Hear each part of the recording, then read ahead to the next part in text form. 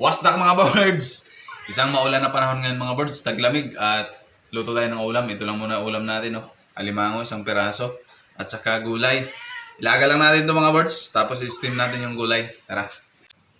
Dito lang natin lulutuin mga birds sa kawali, tapos may tali pa yung alimango natin.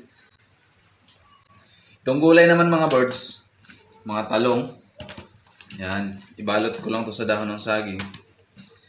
Tapos meron tayong napakaraming siling haba. Yan o. Mahilig kasi ako sa sili. Yan. Sabay na rin natin yan kasi sinasabay kan sa ulam. At saka ito, talbos ng kamote at saka yung upland na talong. Babalot lang natin to. Ay, upland nga pala na kangkong. Yung hindi sa tubigan. Yan. Balot lang natin ganyan.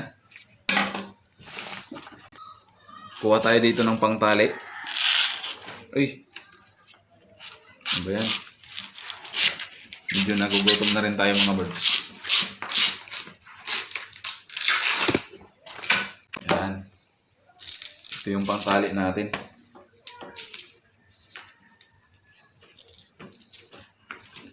Tali natin yung ating gulay mga birds para di makawala.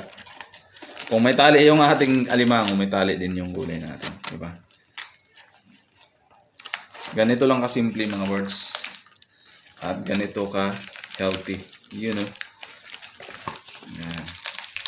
Ganyan lang. Cowboy lang mga birds. Cowboy. Yun. Ito na. Tapos na. Lagay lang natin dito sa gilid. Yan. Ganyan yung mga birds pagluto natin ng ating ulam. Lagyan natin mga birds ng kaunting tubig para sa ating alimango. Yan. Siyempre, takpan natin. You know. Salang na natin mga birds. Ulam na. Yun.